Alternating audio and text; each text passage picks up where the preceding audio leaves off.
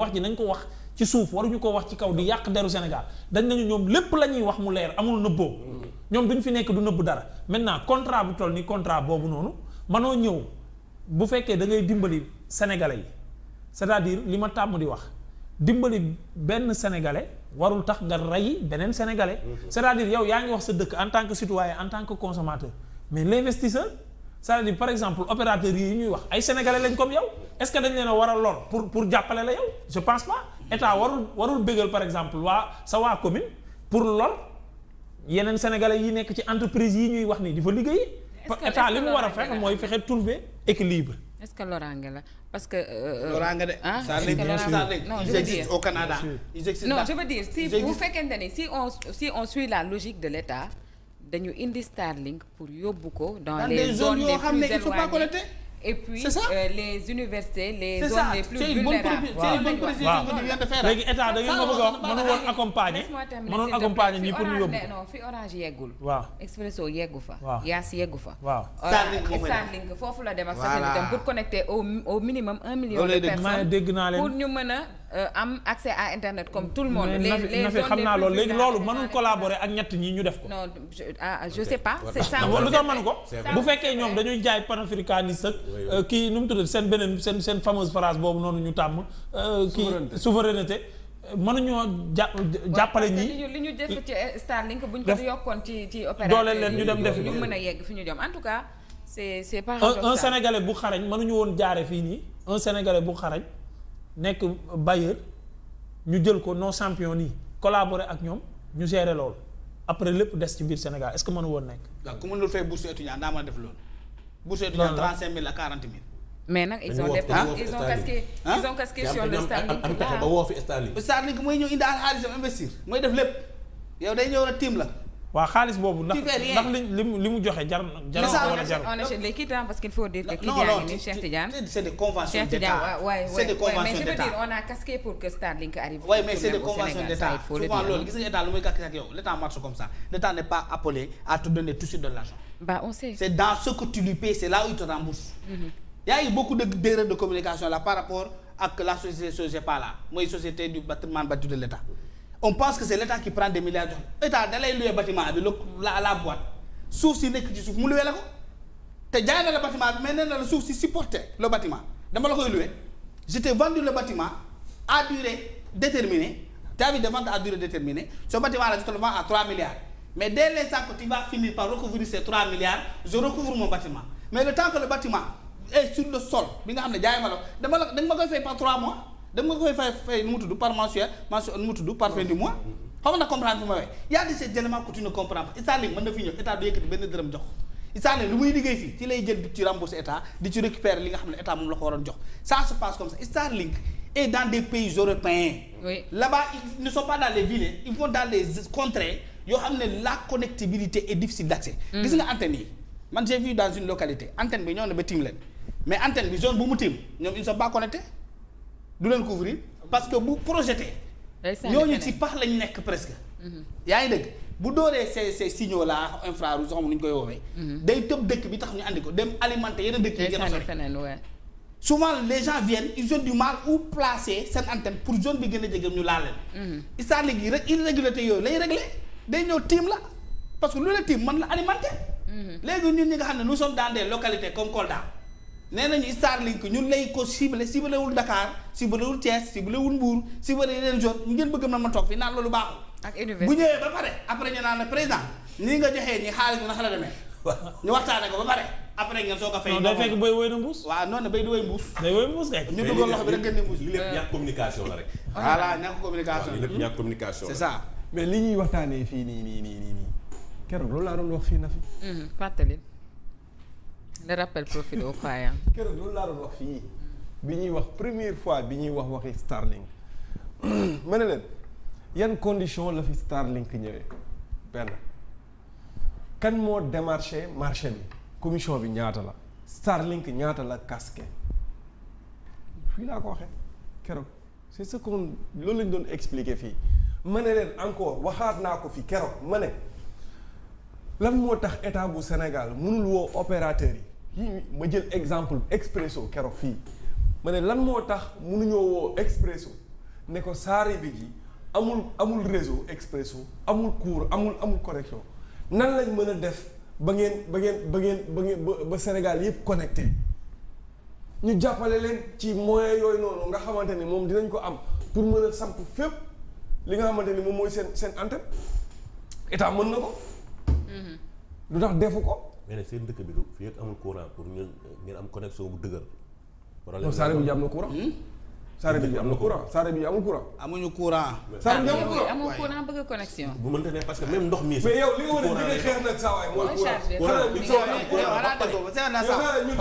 xam nga lan quand vous êtes dama nanga dama wax quand vous êtes 98 villages. il faut mu régler problème dama nanga rek quand vous êtes 98 villages. boo duggee ci commune bi boo duggee ci commune da nga yaakaar ne am na courant parce que les gens ont installé des systèmes de panneaux solaires ils alimentent leur maison dañuy yor ay frigo yor lépp mais c'est le système solaire. ok yaa ngi dégg dama nanga rek y a 2-3 villages alimentés en électricité. alimentés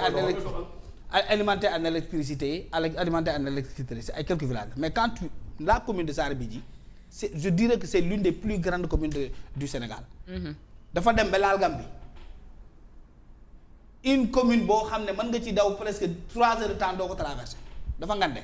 oui c'est une grande commune. c'est une grande commune mais yéen nan ngeen def ba Saare Bidji yéen amoo leen courant ñun à Bourkou dans le département de Médina Fula ñun am nañ courant. am nañ ndox am nañ connexion waa Bourkou bu ñu la déggee di nga xam ne tâche tokk la ci ñi am courant Bourkou je connais la localité que tu cites là.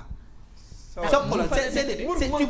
prends 97 villages. C'est 52 villages comme 53. Man, je fais 97 villages. Il y a 97 villages. 3 ans d'électricité. Qu'on a l'électricité? Non, quand je te dis am nañ électricité mooy projet nu mu tuddati projet bii nga xamante ne moo jur coow li léegi. mais projet boobu noonu connecté na la majeure partie des villages qui sont là-bas. moom laa lay wax mais yéen lan moo tax boobu. mën nga ñëw gis ay panneaux solaires guddi la fekk ay lampes solaires. waaw yow man fu ma dëkk nga naan man dinaa jaawale panneau solaire ak courant. dëkk bu ma dëkk te ñu installé ma dugalal ma courant barki démb sama biir kër. booy sa village la. ma fay 15 000 francs boo jëlee commune gis nga boo jëlee souvent la commune. dans les communes je parle du monde rural. gis nga le monde rural. non man li ngay da ngay ñëw gis benn village pont bi mën na électrifier mais li tax ñu wax commune bi du ñu am électricité. non li ngay kaas ni xoolal li ngay kaas ni man loolu laay kaas man d'accord naa de parce que ñun suñu village par exemple bi ñu commencé am réseau bu stable yàggul matagul ñaari at wala mu at ci lay toll. réseau connexion. réseau téléphonique ak connexion. ok man su ma xasaan dugg suñu village maanaam man kenn dootu ma jot tant que génnu ma. pour ma woote damay dem dëkk bi ñu dendal à 5 kilomètres foofu noonu pour ma am réseau pour woote mais léegi ak antenne bi fa nekk. moo tax ñu am réseau des fois mu perturbé wu. am na yeneen dëkk yu dend ak ñun yoo xam ne amuñu réseau. ñoom pour ñu woote wala pour ñu am réseau. dañuy ñëw seen dëkk dañuy ñëw suñu dëkk wala ñu génn ba ci tool yi foofu noonu mën a am réseau. c'est beaucoup tu as dit non. mais problème Bourkou oui dëkk boo xam ne amul courant. Bourkou pour nga am connexion problème lay. non c'est pas lié de. di nga antenne yooyu ngay demandé. waaw antenne yooyu ngay demandé. c'est pas lié. non wax la. mais antenne yi ngay demandé lu koy doxal. c'est pas lié dama ne. forage yi groupe wala courant moo koy doxal. non kii la ay groupe la. ay groupe ñoo koy doxal forage yi bëri ay groupe la da ngay jënd essence ñëw sol. non mais bu amee courant groupe du ko doxal. voilà mais forage groupe yaa ngi fi. non man nag Cheikh il faut que je pensais réellement que ni nga doon encourager l'arrivée de Starlink moom ñëw na ba pare c'est ala kulli xaal. mais je pensais que le problème du courant était déjà réglé dans ta localité moo tax nga doon sàkku xëy na ñu dimbali leen ci satellite pour ngeen mën a am couverture de données mobiles mais gannaaw ba amoo courant moom. may sa ngay def demande mu dugal ko. on a y a l'électricité est venue c'est sur les périphéties maanaam électricité bi Kolda commune Kolda fu mu entrer en contact avec sama commune courant bi day dugg à un village taxaw. yaa ngi dégg mais y a des antennes là-bas te courant amul li ngay wax ne antenne yaa nga fa antenne orange ma nga fa ak yenn affaire yi mais c'est on veut de la qualité il faut que ça soit alimenté. man je ne parlerai pas comme un boy Dakar parlerait vous ne pouvez pas ma nekk fii di naan oui je calcule oui il faut espionnage ak yooyu qu'est-ce qu'on va espionner dans mon village. ñun on veut être connecté mon frère. je parle comme parlerait un Kolda qui a besoin d'une connexion. je parle comme parlerait. yow da nga cee bokk yow ngay boy taaw kii di boy taaw kii boy Saalum la léegi Saalum gii la gën a xam ak Ndakaaru yéen amoo leen problème courant inadmissible que Thiès Kaolack mais Diourbel Bambey des villages à 5 kilomètres des centres-villes ñu bañ a am maa la gën a sori kon yaa ngi dégg man ci àll ba laa nekk yow tu es à 5 kilomètres moi je suis à 100 et wala 200 et quelques kilomètres. kii apatride la et kii apatride la xamatul dara ci commune am Starlink daal bu dee dinañ jox connexion bu gaaw Bassirou Diomaye Faye gaawal mu ñëw tim suñu village. ayca am na da nga yokk léegi nag ku mu neexul nag nga fexe jox ñu courant bu doy nu mu tudd connexion bu doy. non c'est-à-dire li xew mooy Cheikh Tidiane au nom du jubal jubbanti. on est d'accord. parce que on est d'accord gis nga yooyu nekkuma ci yooyu man débat moom bëgg ma xëcc ay ndax nan la contrat bi ndax jaar na yoon ak yooyu tollooguma foofu. xaaruma foofu de. man xaaruma foofu de xam nga ne man kenn daxuma critiquer le régime là kenn gënuma ay ci critiquer ñi mais dama ne man mon village. il faut prendre en compte tous les préalables toi aussi hein. na fi arrête yow tu n'es pas de Sall bi di toi tu es de Kolda de Dakar. mais lii dina naqaree waxtaanee. mais en fait Saare bi n'est pas le Sénégal aussi. oui il faut que ñu xool l'intérêt général. L'intérêt général c'est que vous fatigué Starlink bu ñëwee dañu leen ne Bassirou Diomaye Faye dafa ne je vais connecter 1 million de personnes loolu la. oui dans les est-ce que ñooñu ils sont à Dakar ils sont dans les régions. oui c'est même ce qu'on a dit dans mais l'intérêt général xam nga lan. du intérêt général mooy Orange ak Wave ak mu tudd ak Expresso ay jàmbaar lañu. oui Expresso de face. intérêt général mooy Expresso. ma yem fa du ma ci boole sax beneen opérateur.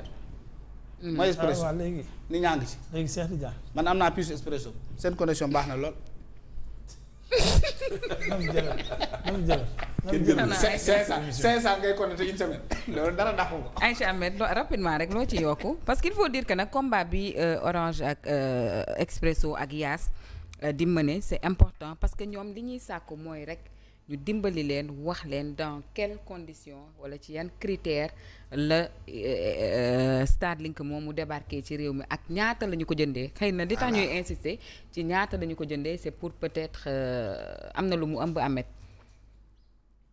waaw pour ne pas bañ a faire publicité parce que y a une solution par rapport ak moom mi dëkkam bi muy wax. mais peut-être frais yi ñoo metti sànq ba léegi moom laa doon gëstu par rapport ak techniquement yan voies et moyens la yeneen opérateurs yi teg pour zone yooyu noonu ñu mën a am. couverture 105G ainsi de suite sans fibre. ñoom nan lañ mën a def ba mën a am couverture donc frais d'accès yi ndeke moo seer 100 000 francs la. après 30 000 par mensualité donc pour zone yi nga xam ne 5G couvrir ko wala amuñu fibre donc zone ñoom kàdde bi gars yi techniquement prévoir nañ ko mais peut-être dafa cher. ci seen dëkk yi. waaw dafa cher donc c'est parce qu'il faut dire que ñun je pense que am nañ latitude nag ak téléphonie mobile yi fi ne am couvrir tout le Sénégal je le pense je sais pas nag si c'est ça s'avère vrai yooyu yëpp ou pas. dafay demander accompagnement de l'État mu ngi mel ni tey jii zone bu amul ndox ñu war faa def ndox suñu bàyyee waa zone ba jéem a xëccal seen bopp ndox loolu c'est très compliqué même courant idem maintenant bu fekkee ne tey jii nii état bi jëloon na ko subventionné ko wala ànd ceeg ñoom ñu xool yan voies et moyens la ñuy liggéeyee pour que foofu mu am accès internet wala ndox wala courant waree fa loolu mooy li nga xamante ni mooy mën a noppal état noppal population parce que d'habitude les états ils sont là pour le bénéfice des populations parce que ñoom njaaxaanaay bi ñu war a tëdd mooy seen yoon warul nekk ci ban opérateur la c'est là où mooy d'accord ak Kandé c'est-à-dire état comme ni ñu ko doon wax ci problème mu taxi yi ak ñi gérer application yi ñoom taxi yi ak yango yi souvent boo seetloo dañuy am problème maintenant état lu mu war a xool mooy ban moo ci gën a noppal sénégalais yi loolu la état war a xool maintenant ban moo ci war a gën a noppal sénégalais yi Kandé beneen axe bi muy bañ ñu waxtaane ko axe boobu mooy problème bi mooy li moom moo wax c'est-à-dire l'état ne doit pas xool rek am na village bu amul connexion naa fexe ba mu am connexion non maintenant lii tax mu am connexion loolu ban njariñ la ci sénégalais yi di am ndax njariñ miñ ci war a am nañ ko ci carrément wala amuñu ko ci pour man foofu la débat bi war a nekk et beneen bi promesse électorale la boo xam ne ñoom dañu defaroon ne lépp luy contrat bu ñuy mënti signer li ñuy njëkk a def mooy xool doomi réew mi su fi amul ñu doog ko jéggaane te suñ ko jéggaane dinañ wax sénégalais yi nan ak nan la demee contrairement ak régime yi fi mës a jaar yëpp donc nag bu ñu tolloo fii par rapport ak Starlink il faut nit ñi dem il faut qu'on doit se poser des questions yoo xamante ni mooy nan la demee lan la ci Sénégal di gagner d'ici quelques années nan la ñuy mujjee ak moom est-ce que day continuer Starlink est-ce que ci politique am mooy ñëw fii xool ay poches yoo xam ne amuñu internet kese ci contrat bi lan lañ ci signé ndax loolu rek lay jël wala dafa ñëw Sénégal pour démarrer foofu après pour ñëw concurrencer entreprise yi nga xam ne ay entreprise